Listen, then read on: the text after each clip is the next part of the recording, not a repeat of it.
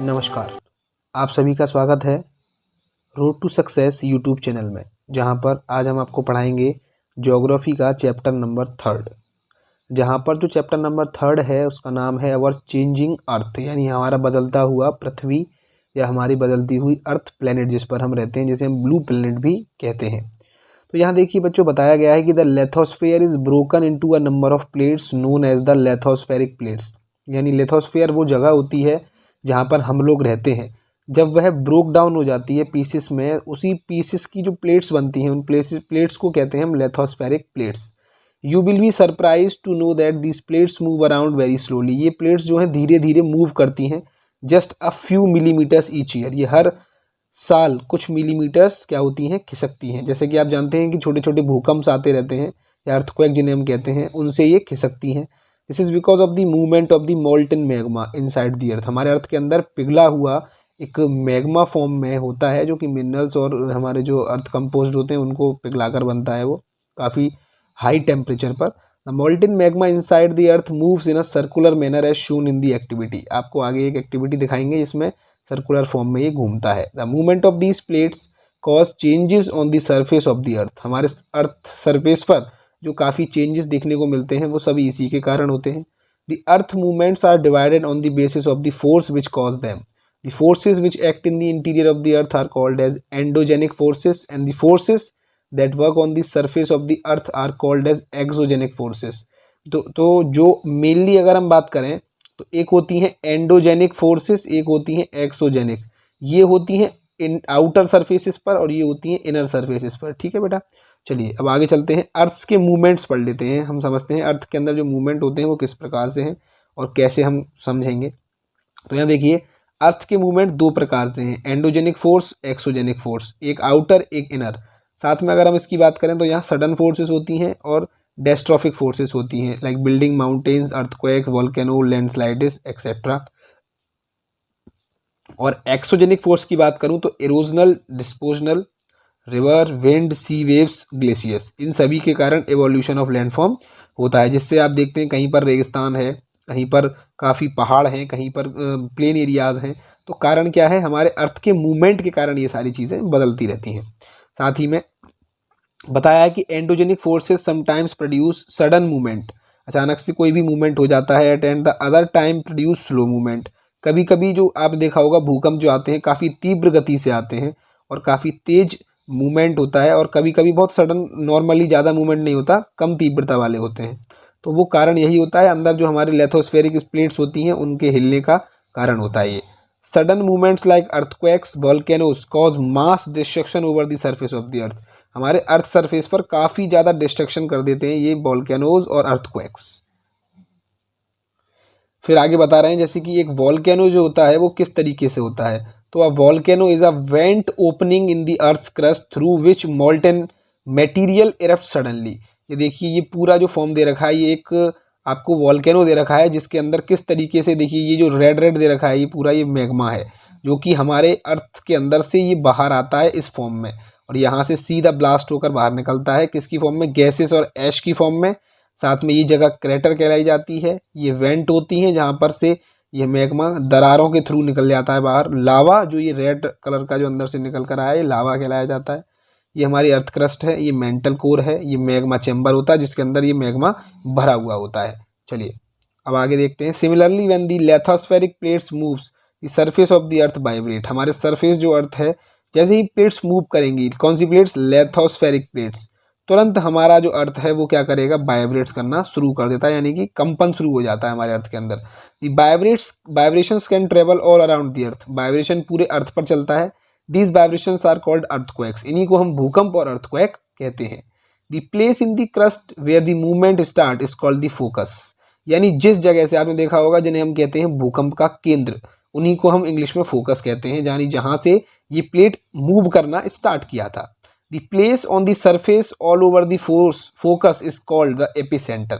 शायद ही vibrations travel outward from the epicentre as waves. और जो एपीसेंटर होता है, जिसे केंद्र बोला जाता है, वहाँ से इसका जो वाइब्रेशन है वेव्स की फॉर्म में बाहर निकलता है। Greatest damage is usually closest to the epicentre and the strength of the earthquake decrease away from the centre.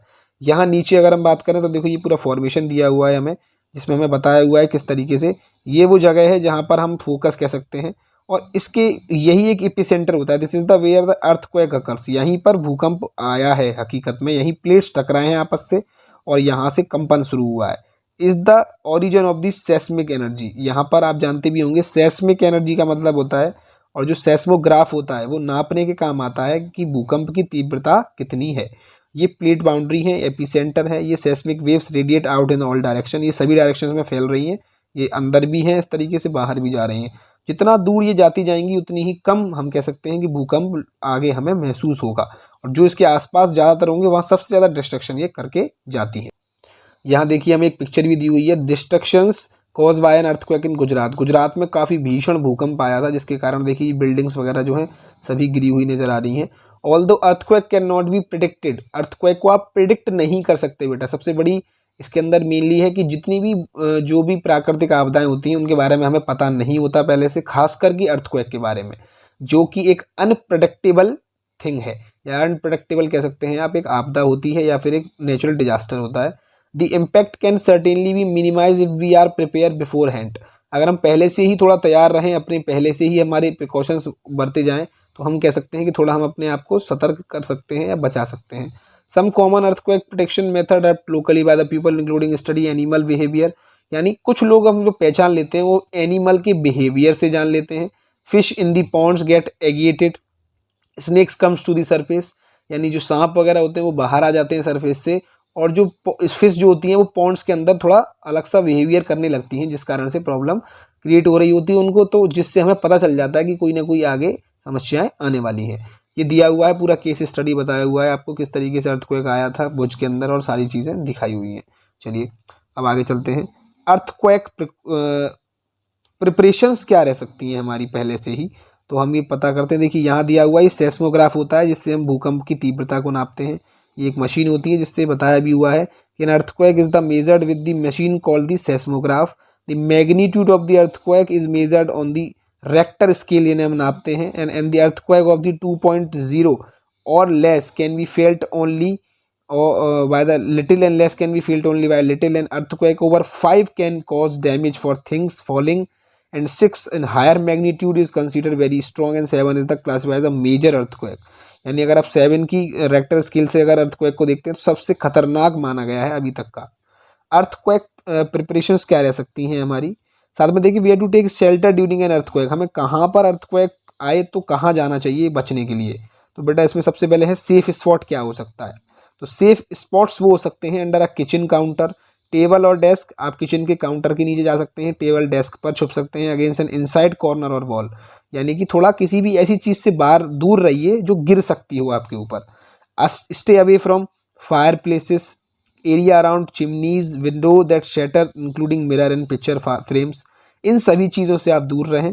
साथ में be prepare, spread awareness among your friend and family member and face any disaster confidently, कोई भी disaster आता है तो उसे confidently आप अपनी पावर के साथ फेस कर सकें। ये प्रॉब्लम आप डरें नहीं, उससे घबराएं नहीं, ठीक है। चलिए अब आते हैं मेजर लैंडफॉर्म्स। मेनली हम पढ़ते हैं कि मेजर लैंडफॉर्म्स किस तरीके की हैं, कहाँ कहाँ क्या है। तो देखिए बताया था landform is being continuously one away by 2 process, हमारा लैंडफॉर्म बदलता रहता है, किसी इन 2 प्रोसेस के कारण हमारा लैंडफॉर्म ज़्यादातर अक्सर बदलता रहता है, जैसे वेदरिंग एंड इरोजन। तो आप जानते हैं वेदरिंग मीन्स जो कि मौसम बदलता है उसके कारण, और इरोजन मीन्स होता है किसी चीज़ का डिप्लीट होना या हटता चला जाना। Weathering is the breaking up of the rock on the earth surface, हमारे अर्थ के सरफेस पर किसी भी तरीके के जो पहाड़ हैं या रॉक्स बने हुए हैं उनका टूटना और कणों में बट जाना, यानी कि मिट्टी के कण बन जाते हैं और उसे हम सरफेस पर अपना पड़ा हुआ देखते हैं। Erosion is the wearing away of the landscape by different agent like water, wind and ice, हमारी उपजाऊ मिट्टी को या जो मेनली ऊपर की जो परत होती है उसको हटा दिया जाता है, किसके through, by water, by wind, by ice, किसी भी प्रकार से। The eroded material is carried away और ट्रांसपोर्टेड बाय वाटर, विंड, और जो एरोडेड मटेरियल होता है यानी जो एरोडेड, जैसे मान के चलिए सॉइल इरोजन का आपने नाम सुना होगा। सॉइल इरोजन जब भी होता है तो सॉइल इरोजन की कंडीशन के अंदर आपको मालूम है सॉइल डिप्लीट होती चली जाती है, किसके थ्रू, वाटर, विंड एक्सेट्रा, और भी कोई एजेंट हो सकते हैं। एंड इवेंचुअली डिपॉजिटेड, और कहीं जाकर दूसरी जगह डिपॉजिट हो जाती है। This process of erosion and disposition create different landform on the surface of the अर्थ, इसी कारण से हमारे सरफेस ऑफ अर्थ पर अलग अलग डिफरेंट टाइप्स की ये चीज़ें देखने को मिलती हैं। अब ये रिवर कैसे काम करती है या रिवर का वर्क क्या होता है, तो अगर हम अभी देखें तो देखिए इधर यहाँ बताया हुआ है कि the running water in the river erode the landscape when the river tumbles at step angle over very hard rocks और down a steep valley its side to form a waterfall. जब एक देखिए ये पूरा दिखाया हुआ है, एक बड़े से एक जगह एक पहाड़ के ऊपर से काफ़ी भारी मात्रा में जो पानी नीचे गिर रहा है, ये क्या बनाता है, ये फॉर्मेशन देता है किसी भी वाटरफॉल को, यानी कि झरने को फॉर्मेशन देता है, और इसी को हम झरना बोलते हैं, इसी को हम वाटरफॉल बोलते हैं। अभी तक सबसे बड़ा है द नाइग्रा फॉल्स। चलिए नीचे और देखिए क्या बताया हुआ है कि at the river enters the plains it twist and turns forming large bend known as meanders. यानी ये देखिए ये ट्विस्ट एंड टर्न्स हो रहे हैं, यहाँ से ये नदी आ रही है, फिर घूमी फिर घूमी फिर घूमी, देखिए इस तरह घूमती हुई लहरती हुई जा रही है आगे। ये जो ये लहर जो आ रही है, ये बीच में ये जो टर्न्स ट्विस्ट एंड टर्न्स दिखे हैं, इन्हीं को हम मेंडर्स बोलते हैं और इनको बोलते हैं meanders. Due to continuous erosion and deposition along the side of the meanders, इनके आसपास लगातार यहाँ पर मिट्टी का जमना इकट्ठा होना, ये क्या होता है, end of the meander loop comes closer and closer, ये पास आती जाती हैं बार बार। तो in due course of time the meander loop cut off from the river and the form a cut off lake also called the oxbow lake, जिसे हम ऑक्सबो लेक भी कहते हैं, जो क्या करता है बीच में डिपोजिशन होता चला जाता है, वो जगह खाली होती चली जाती है। At the time river overflows it's bank, जब रिवर अपने ही किनारों से ओवरफ्लो होती हुई और बाहर निकल जाए, then is lead to the flooding of the rivers area, इसका मतलब पास के इलाकों में बाढ़ आ चुकी है। As it floods it deposit layer of fine soil and other material called the sediments also its banks.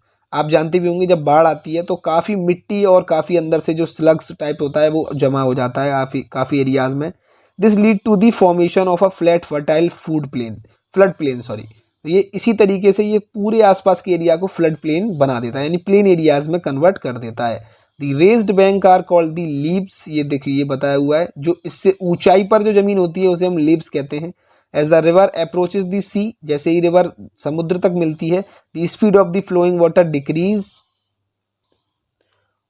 And river brings to break up into a number of streams. और आप जानते भी होंगे, देखिए मेन रिवर ये आ रही थी और ये धीरे धीरे कितने सारे ब्रांचेस में टूट चुकी है, तो यही इसको हम डिस्ट्रीब्यूटरी कहते हैं, और मेन रिवर होती है जहाँ से ये डिस्ट्रीब्यूटरीज निकल रही होती हैं।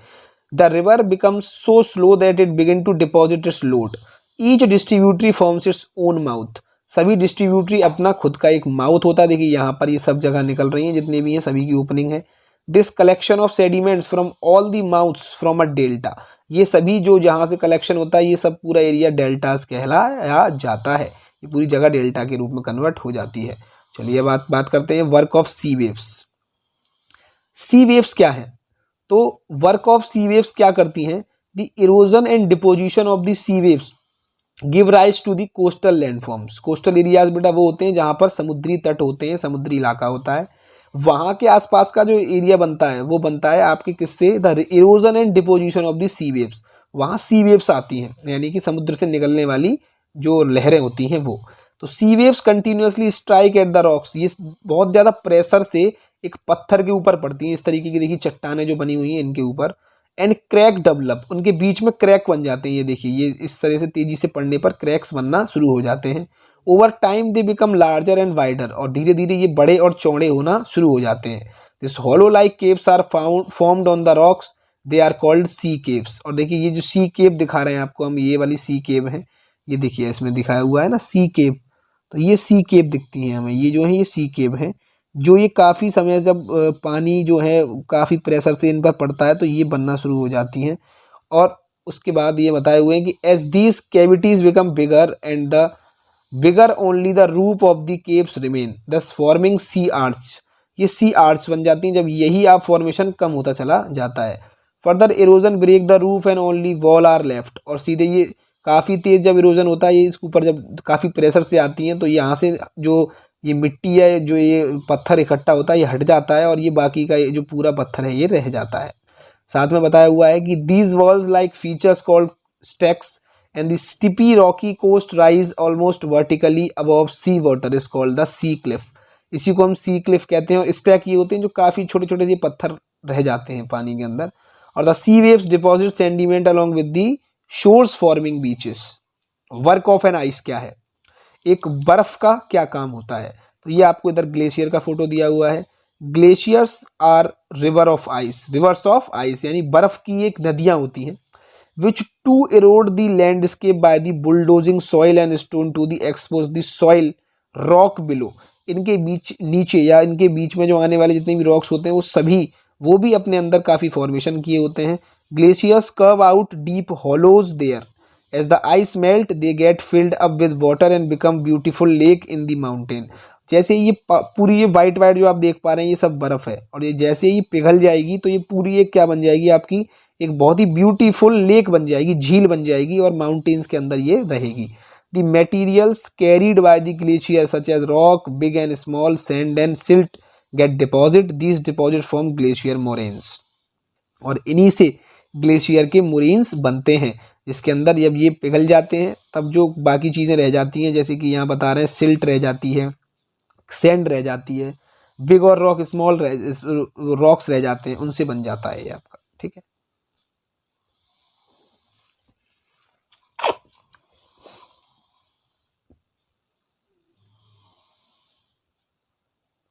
चलिए वर्क ऑफ विंड क्या है, यानी कि हवा का क्या काम होता है। तो have you ever visit a desert, क्या आपने कभी एक डेजर्ट देखा है। ये सभी आपको साइड में जो फोटो दिया है ये डेजर्ट का है। Try to collect some picture of sand dunes, sand dunes होते हैं क्या, तो ये जो बड़े बड़े ढेर जो बन जाते हैं रेत के, इन्हीं को हम सैंड ड्यून्स कहते हैं। As an active agent of erosion and deposition in the desert is wind, सबसे ज़्यादा वहाँ पर विंड जो है वो चलती है, यानी कि हवा। In desert you can see rock in the shape of a mushroom, आप मशरूम की शेप में आप इनको रॉक्स को देखेंगे वहाँ पर। Commonly called the mushroom rocks, उन्हें हम मशरूम रॉक्स भी कहते हैं।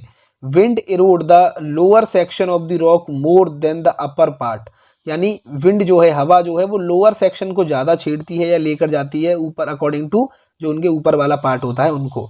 Therefore such rocks have narrow base and wider top, इनका वाइडर टॉप होता है, चौड़ाई में होते हैं टॉप इनका, और जो नीचे का है वो कम नैरो होता है। व्हेन द विंड ब्लोज, जब तेज हवा चलती है, then it lifts and transports sand from one place to another, ये क्या करता है, ट्रांसपोर्ट करता है एक जगह से दूसरी जगह पर। When it stop blowing, the sand falls and get deposited in low hills like structures. These are called sand dunes.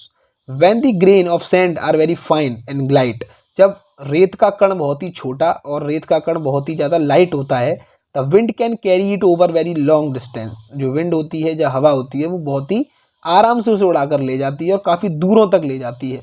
When such sand is deposited in large areas, it is called the losses. Large deposit of losses is found in China, ज़्यादातर आपको ये सारी चीज़ें, इस तरीके का पूरा परिदृश्य आपको चाइना में देखने को मिलेगा। चलिए आपका चैप्टर कंप्लीट हो चुका है, और इसी तरीके से ये सारे क्वेश्चंस आपको मैं अभी PDF के तौर पर सभी भिजवा आपको मिल जाएंगे। आप फेसबुक पर भी मुझे फॉलो कर सकते हैं, रोड टू सक्सेस के नाम से फेसबुक पर भी हमारा चैनल है, बना हुआ है, जहाँ पर हम ये सभी सारी PDFs आपको प्रोवाइड करा देंगे। और इसी तरीके से चैनल को देखते रहिए, लाइक शेयर और सब्सक्राइब जरूर करें हमारे चैनल को। और ज़रूरतमंद जो भी इस वीडियो के लिए ज़रूरत जिसको हो, आपके शायद काम की ना हो, लेकिन आप एक शेयर करेंगे तो उससे किसी दूसरे के काम ये ज़रूर आ सकती है, तो कृपया शेयर ज़रूर करें।